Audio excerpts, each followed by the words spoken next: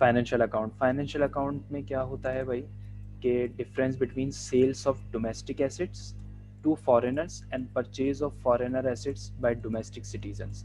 Financial account में तमाम वो चीज़ें इन्वॉल्व होती हैं जिसको हमने पहले डिस्कस भी किया है कि जो हमने जो है वो डोमेस्टिक एसेट्स जो हमारे थे, ठीक है, मतलब हमारे शेयर्स जो थे, डिवेंचर्स जो थे, इक्विटीज़ जो थी, वो हमने फॉरेनर्स को दे दी, या फिर जो फॉरेन के एसेट्स थे उनके शेयर्स, डिबेंचर्स, इक्विटीज़ थी, ये सारे स्टॉक मार्केट का काम है, वो हमने ख़रीद ली, तो वो हो जाएगा purchase of foreign assets by domestic citizens. ठीक है, लाइक हमने माइक्रोसॉफ्ट के, एप्पल के, अमेजोन के शेयर खरीद लिए।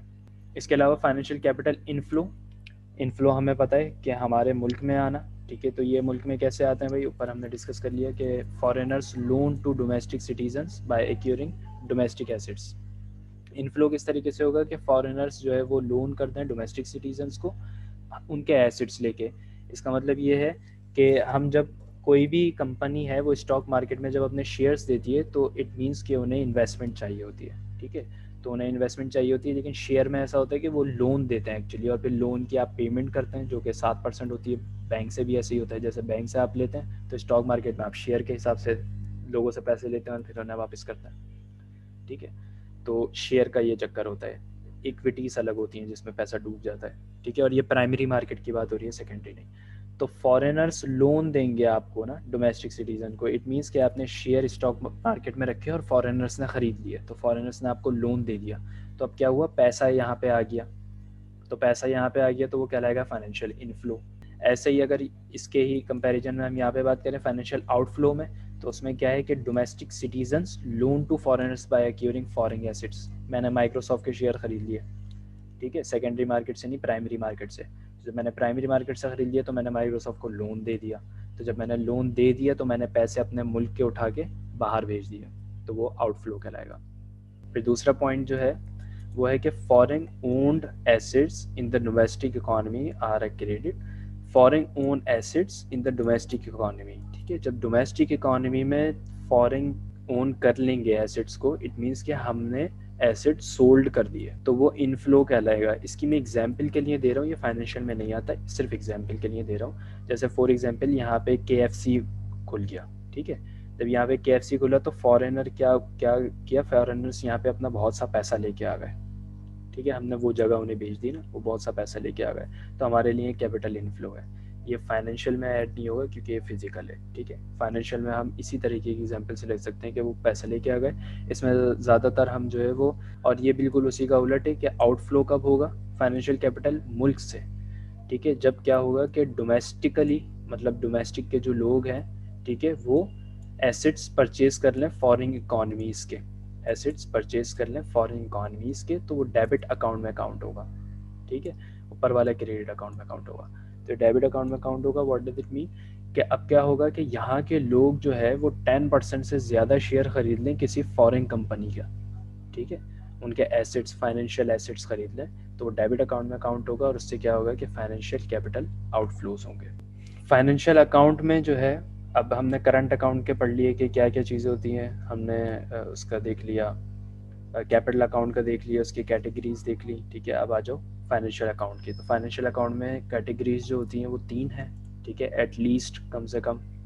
एक है ऑफिशियल रिजर्व एसिड्स, तो ऑफिशियल रिजर्व्स हमें पता है कि इंटरनेशनल रिजर्व्स हमारे पास रखे होते हैं जिसकी वजह जिससे हम जो है वो अकाउंट सेटल्ड करते हैं, क्योंकि हमारा गोल क्या होता है बैलेंस ऑफ पेमेंट का, ना सरप्लस ना डेफिसिट।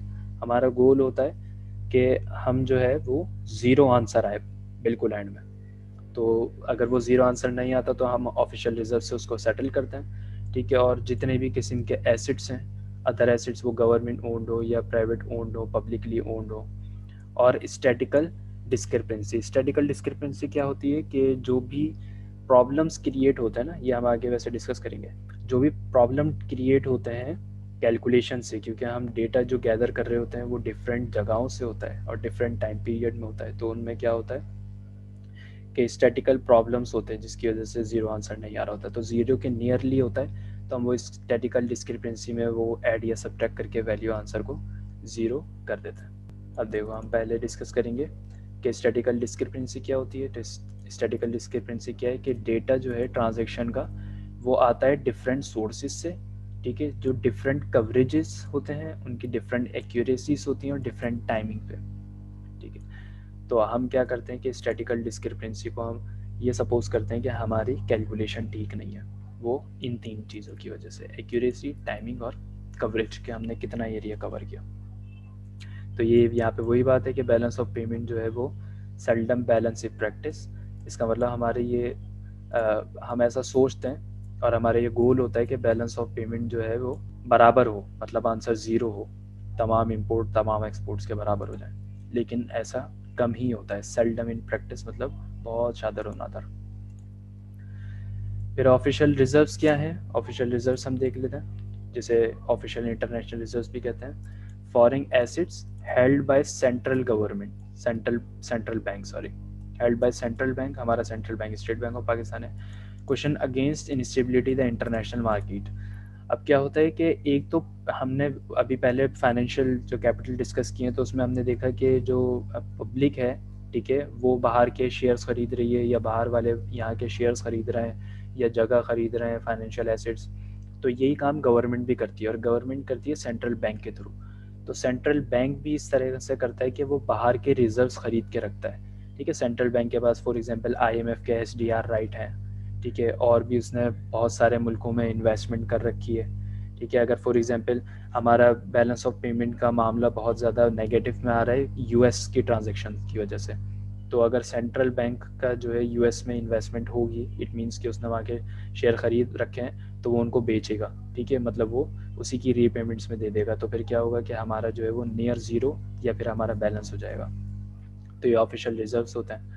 फिर इसमें और चीज़ भी है, acid include government bonds, currency, gold, सही है, accounts and international monetary fund. ये अभी मैंने बता दिया कि अब हमारा central bank state bank of Pakistan US के बॉन्ड्स या US की करेंसी, फॉर एग्जांपल डॉलर्स, हमने देखा है कि स्टेट बैंक जो है वो डॉलर्स बहुत ज़्यादा रखता है क्योंकि वो एक इंटरनेशनल करेंसी है। अभी सऊदीया ने भी डॉलर्स जब $3 बिलियन रखवाए थे स्टेट बैंक में तो बड़े खुश हो गए थे। और इमरान खान साहब भी क्या कहते हैं कि जो बाहर लोग हैं वो जो है वो अकाउंट में भेजें, तो इन्होंने रोशन पाकिस्तान अकाउंट खोला एक स्टेट बैंक का। तो वो उसका मकसद यही है कि हम अपना बैलेंस ऑफ पेमेंट जो है वो पॉजिटिव में कर लें या अच्छा कर लें, और इसी वजह से पिछले 4 महीने से हमारा करंट अकाउंट जो है वो सरप्लस में चल रहा है। इट मीन्स के we export more than imports. यार मतलब इस पे कोई जो इन्होंने अकाउंट खोला है उस पे कोई रिस्ट्रिक्शंस वगैरह नहीं रखी, मतलब इन्होंने, तभी तो हमारे पास फॉरेन डायरेक्ट इन्वेस्टमेंट आ रही है। नहीं, देखो जो रोशन अकाउंट खोला है ना, रोशन पाकिस्तान अकाउंट, उसमें कोई फॉरेन डायरेक्ट इन्वेस्टमेंट वगैरह का सीन नहीं है। उसमें यह है कि जो पाकिस्तानी बाहर काम कर रहे हैं ना, तो वो अपना पैसा क्या कर रहे हैं कि अपने घरों में रख रहे हैं, ठीक है, या बाहर के बैंकों में रख रहे हैं। अब इनको क्या चाहिए, ऑफिशियल रिजर्व बढ़ाने के लिए इनको चाहिए कि इनके पास डॉलर बहुत ज़्यादा हो, ये जो ये फॉरेन करेंसी है ना, सही है, तो वो डॉलर ख़ास तौर पे कंसिडर करते हैं, वरना जिसकी भी करेंसी हो वो फ़ायदेमंद ही है। अगर तुर्की से ट्रेड कर रहे हैं तो अगर लेरा हमारे पास हो तो ज़बरदस्त बात है, अगर हमारे पास पाउंड्स हो तो अच्छी बात है, अगर अगर उससे कर रहे हैं चाइना से तो येन हो तो अच्छी बात है। तो वो कह रहे हैं कि जो फॉरेनर्स हैं ना, जो बाहर गए हुए काम करने, तो वो वहाँ के बैंकों में पैसा नहीं रखें ना, अपने घरों में पैसा रखें। वो क्या करें कि आपका पैसा हमारे पास सेव रहेगा। स्टेट बैंक में उन्होंने एक रोशन अकाउंट खोल दिया, मतलब रोशन एक ही अकाउंट नहीं है, मतलब उन्होंने एक नया एक अकाउंट का सिस्टम शुरू किया है जिसमें हर एक बंदा अपना अलग अकाउंट खोलेगा, ठीक है। तो वो सारा पैसा आप उसमें रखवाएं ताकि हमारे पास ऑफिशियल रिजर्व्स ज़्यादा हों, ताकि हम अपने करंट अकाउंट को बेहतर कर सकें, और फिर हम देख रहे हैं कि हो भी रहा है बेहतर, ठीक है। तो और फिर फिर ये इससे इंटरनेशनल रखवाने वाले को क्या फायदा होगा? डिमांड बढ़ाने के लिए वो फिर रिटर्न्स भी देते हैं, तो उन्होंने 7%, 8%, 10%, 11% रिटर्न रखा हुआ है जो आपको सालाना मिलेगा उसमें, ठीक है। जब ऐसा ही होता है ना, जब गवर्नमेंट को मनी सप्लाई कम करनी होती है तो फिर वो क्या करते हैं, इंटरेस्ट रेट बढ़ा देता है। तो हम अगर फिक्स डिपॉजिट बैंक में करवाते हैं, हम डोमेस्टिकली भी, तो हमें जो है वो 11% मिल रहा होता है, अभी रिसेंटली था ना 11-12%, ठीक है। और फिर जब उन्हें मनी सप्लाई को बढ़ाना होता है तो फिर वो क्या करते हैं, इंटरेस्ट रेट गिरा देते हैं, तो इंटरेस्ट रेट 7 और 8% मिलता है। तो लोग फिर बैंक पर रखवाने से ज़्यादा अच्छा वो कहीं पे इन्वेस्ट करते हैं, किसी भी कारोबार में या ख़ास तौर पे स्टॉक मार्केट में। अगर ज़्यादा रिटर्न मिल रहा है तो फिर वो बैंक पर रखवा देते हैं।